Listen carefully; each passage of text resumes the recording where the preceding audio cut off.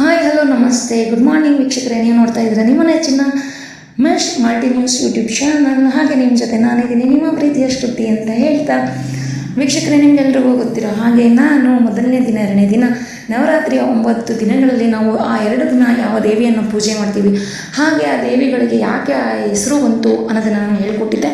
So ಇವತ್ತು ನವರಾತ್ರಿಯ 3ನೇ ದಿನ ನಾವು ಯಾವ ದೇವಿಯನ್ನು ಇವತ್ತು ಪೂಜೆ ಮಾಡ್ತೀವಿ, ಹಾಗೆ ಯಾಕೆ ಆ ದೇವಿಗೆ ಹೆಸರು ಬಂತು ಅಂತ ಹೇಳೋದನ್ನು ನಾನು ತಿಳಿಸ್ಕೊಡ್ತೀನಿ. ಹೌದು ವೀಕ್ಷಕರೇ, ಇವತ್ತು ನವರಾತ್ರಿಯ 3ನೇ ದಿನ.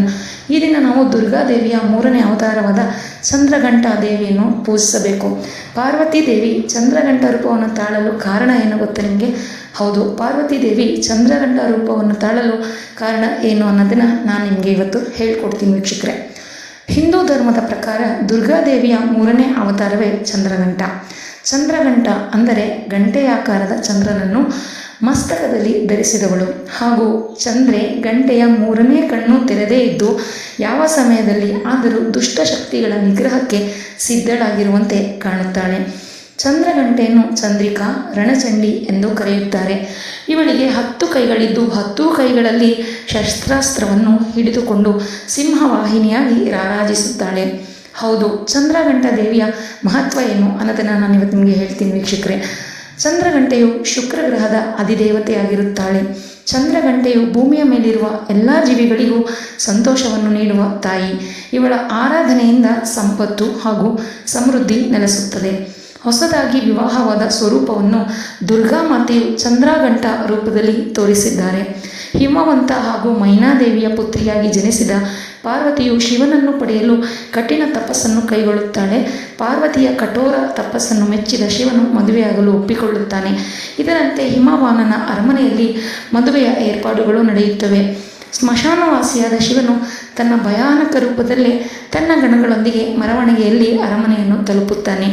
ಬೂದಿಯಿಂದ ಮುಚ್ಚಲ್ಪಟ್ಟ ಶರೀರ, ಕೊರಳಿನಲ್ಲಿ ಸುತ್ತಿದ ಹಾವುಗಳು, ಗಂಟಿನಂತಿರುವ ಜಟ್ಟೆಧಾರಿಯಾದ ಶಿವ. ಪಾರ್ವತಿ ದೇವಿಯ ತಾಯಿ ಮೂರ್ಛೆ ಹೋಗುತ್ತಾಳೆ.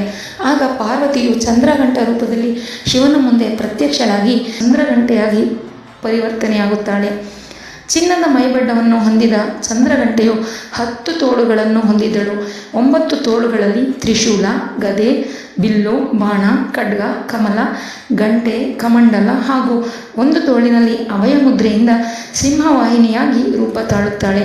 ತನ್ನ ಭಕ್ತರಿಗೆ ತಾಯಿಯಂತೆ ಆದಿಶಕ್ತಿಯು ಸಹಾನುಭೂತಿಯನ್ನು ತೋರುತ್ತಾಳೆ ಹಾಗೂ ಕೆಟ್ಟವರಿಗೆ ಭಯಾನಕ ರೂಪದಲ್ಲಿ ಕಾಣಿಸಿಕೊಳ್ಳುತ್ತಾಳೆ. ಚಂದ್ರಘಂಟೆಯ ರೂಪ ತಾಳಿದ ಪಾರ್ವತಿಯು ಶಿವನಿಗೆ ಸುಂದರವಾದ ವರುಣ ರೂಪವನ್ನು ತಾಳಲು ಭಿನ್ನವಿಸುತ್ತಾಳೆ. ಪಾರ್ವತಿಯ ಮಾತಿಗೆ ಒಪ್ಪಿದ ಶಿವನು ಸುಂದರ ರೂಪ ತಾಳಿ ಆಭರಣಗಳಿಂದ ಅಲಂಕೃತನಾಗಿ ಕಾಣಿಸಿಕೊಳ್ಳುತ್ತಾನೆ. ಶಿವ ಹಾಗೂ ಪಾರ್ವತಿಯ ವಿವಾಹವು ಸಾಂಗವಾಗಿ ನೆರವೇರುತ್ತದೆ. ಹೀಗೆ ಶಿವ ಹಾಗೂ ಪಾರ್ವತಿಯ ವಿವಾಹವಾದ ದಿನವನ್ನು ಪ್ರತಿ ವರ್ಷ ನಾವು ಮಹಾಶಿವರಾತ್ರಿ ಅಂತ ಆಚರಣೆಯನ್ನು ಮಾಡುತ್ತೇವೆ. ಪಾರ್ವತಿ ದೇವಿಯು ಕಠಿಣವಾದ ತಪಸ್ಸನ್ನು ಮಾಡಿ ಶಿವನನ್ನು ಮದುವೆಯಾಗುವಲ್ಲಿ ಸಫಲರಾಗುತ್ತಾಳೆ. ರಾಕ್ಷಸರಾದ ಶುಂಭ ಹಾಗೂ ನಿಶುಂಭನನ್ನು ಸೋಲಿಸುವ ಸಲುವಾಗಿ ಪಾರ್ವತೀ ದೇವಿಯು ಕೌಶಿಕಿಯಾಗಿ ಅವತಾರವೆತ್ತುತ್ತಾಳೆ. ಕೌಶಿಕಿಯ ರೂಪವೇ ರಕ್ಕಸರ ವಿನಾಶವನ್ನು ಸೂಚಿಸುವಂತಿತ್ತು. ಶುಂಭನು ತನ್ನ ಸಹೋದರನಾದ ನಿಶುಂಭನಿಗೆ ಮದುವೆ ಮಾಡಲು ಯೋಜನೆ ಹಾಕಿದ. ಶುಂಭ ಅವಳನ್ನು ಕರೆತರಲು ದ್ರುಮಾಲೋಚನನೆಂಬ ರಾಕ್ಷಸನನ್ನು ಕಳುಹಿಸುತ್ತಾನೆ. ಶೌಕಿಕಿಯು ಒಪ್ಪದಿದ್ದಾಗ ದ್ರುಮಾಲೋಚನನು ಹಲ್ಲೆಯನ್ನು ಮಾಡಲು ಮುಂದಾದಾಗ ಕೋಪಗೊಂಡು ಕೌಶಿಕಿ ಮಾತೆಯು ಕೇವಲ ಹೂಂಕಾರದಿಂದಲೇ ಧೂಮ್ರಲೋಚನನ್ನು ನಿರ್ನಾಮ ಮಾಡುತ್ತಾಳೆ. ಹೀಗೆ ದುಷ್ಟರನ್ನು ಸಂಹಾರ ಮಾಡಲು ಸದಾ ಸಿದ್ಧವಾಗಿರುವ ಭಂಗಿಯಲ್ಲಿರುವ ಚಂದ್ರಘಂಟೆಯೇ ಘಂಟನಾದದಿಂದಲೇ ಸಾವಿರಾರು ಅಸುರರು ನಿರ್ನಾಮವಾಗುತ್ತಾರೆ. ಈಕೆಯ ಕೃಪೆಯಿಂದ ಭಕ್ತರ ಎಲ್ಲ ಪಾಪಗಳು, ಕಷ್ಟಗಳು, ದೈಹಿಕ ನೋವು, ಮಾನಸಿಕ ತೊಂದರೆಗಳು ನಿವಾರಣೆಯಾಗುತ್ತವೆ. ಸಿಂಹವಾಹಿನಿಯಾದ ಈಕೆಯು ಭಕ್ತರಲ್ಲಿ ನಿರ್ಭತೆ ಇರುತ್ತಾಳೆ. ಸೊ ಹೀಗೆ ಚಂದ್ರಘಂಟ ದೇವಿಯು ನವದುರ್ಗೆಯ 3ನೇ ಅವತಾರವಾಗಿ ರೂಪುಗೊಳ್ಳುತ್ತಾರೆ ವೀಕ್ಷಕರೇ. 3ನೇ ದಿನದ ವಿಶೇಷತೆಯನ್ನು ನಾನು ನಿಮ್ಮ ಮುಂದೆ ತೆರೆದಿಟ್ಟಿದ್ದೇನೆ. ಹಾಗೆ ನಾಳೆ ಕೂಡ 4ನೇ ದಿನ ದುರ್ಗಾದೇವಿ ಯಾವ ರೀತಿಯ ಒಂದು ಅವತಾರವನ್ನು ತಾಳ್ತಾಳೆ ಆ್ಯಂಡ್ ಅದೇ ರೀತಿ ಹೇಗೆ ತಾಯಿಗೆ ಆ ಹೆಸರು ಬಂತು ಅನ್ನೋದನ್ನು ನಾನು ನಿಮಗೆ ತಿಳಿಸ್ಕೊಳ್ತೀನಿ ಅಂತ ಹೇಳ್ತಾ, ಅಲ್ಲಿವರೆಗೂ ನೀವು ನಮ್ಮ ಚಾನಲ್ನ ಸಬ್ಸ್ಕ್ರೈಬ್ ಮಾಡಬೇಕು, ಲೈಕ್ ಮಾಡಬೇಕು, ಹಾಗೆ ಶೇರ್ ಮಾಡಬೇಕು ಅಂತ ಹೇಳ್ತಾ ನಾಳೆವರೆಗೂ ಸಿ ಯು, ಬೈ ಬಾಯ್.